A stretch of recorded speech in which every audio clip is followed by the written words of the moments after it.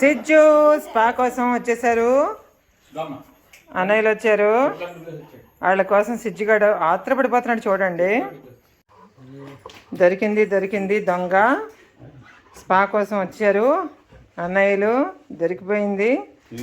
ఇప్పుడు వాడి బ్యూటీ ట్రీట్మెంట్లు మామూలుగా ఉండవండి. దీనికి ఏంటంటే ఏదైనా బోర తీయాలి, ఇలా చూడన్నాను నా మాట. ఈ ఫ్రంట్ అంతా కట్ చేయాలి, పడిపోతావు సిజ్జు. తొడల దగ్గర కట్ చేయాలి, టైట్.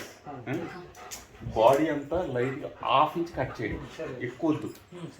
ఏనన్నా లైట్గా చేయండి. చేసుకోవా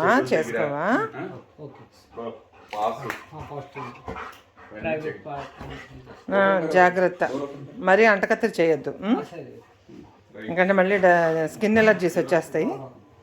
జాగ్రత్త. గుడ్ బాయ్ సిజ్జుగాడు, పరిగెత్తి వచ్చాడు. సిజ్జు ఇచ్చుడు సిజ్జు నువ్వు రెడీ అవ్వాలి, చాలా పనులు ఉన్నాయి నీకు లైఫ్లో. నీకు నేనేం పాపం చేశాను మమ్మీ అన్నట్టు చూస్తుంది అది. బ్రో వచ్చాడు చూడు, అది పద దానా బాత్రూమ్ దగ్గర ఇట్రా దా. ఎక్కడ చుక్క రక్త రాకూడదమ్మా, జాగ్రత్తగా చేయండి. మళ్ళీ కాసేపు వస్తాం సిజ్జు.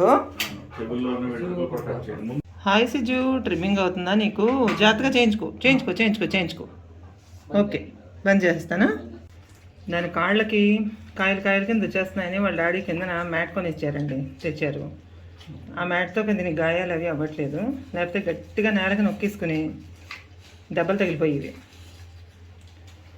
ఇప్పుడు చక్కగా చేసుకుంటున్నది. గుంటనక్కగా మారిన సిజ్జు, ఎలా ఉన్నావు నాన్న? గుంటనక్కలాగా అలసిపోయావు నాన్న, వేడిలోనే. బాత్రూమ్ అంతా వేడెక్కిపోయింది నాన్న. డిక్కీ కూడా బాగా అదిరిపోయింది నాన్న నీకు. డిక్కీ అదిరిపోయింది, మొహం కూడా చూడు ఎలా పెట్టావు. ఇది అర్రచ్చి నా బాధలో నేనుంటే నువ్వేంటి మధ్యలో అన్నట్టు. గుంటనక్కగా మారిన సిజ్జు, ఇది టైటిల్ మనకి. సిజ్జు ఇప్పుడే స్నానం చేసి వచ్చావు కదా నాన్న, రిలాక్స్ అవ్వు నాన్న. ఎవరు నిన్నేం అడగరు. ఎక్కడెక్కడ చికాకుగా ఉందో అక్కడక్కడంతా చక్కగా సూదింగ్ పౌడర్ వేసుకుని ప్రశాంతంగా బజ్జు. తర్వాత ఎలా ఉంది ఏంటి నీకు మమ్మీస్ అక్కలు అందరూ చెప్తారు నీకు. ఓకే, నేను డిస్టర్బ్ చేయాలి. ఓకేనా? Have a nice and pleasant and healthy nap.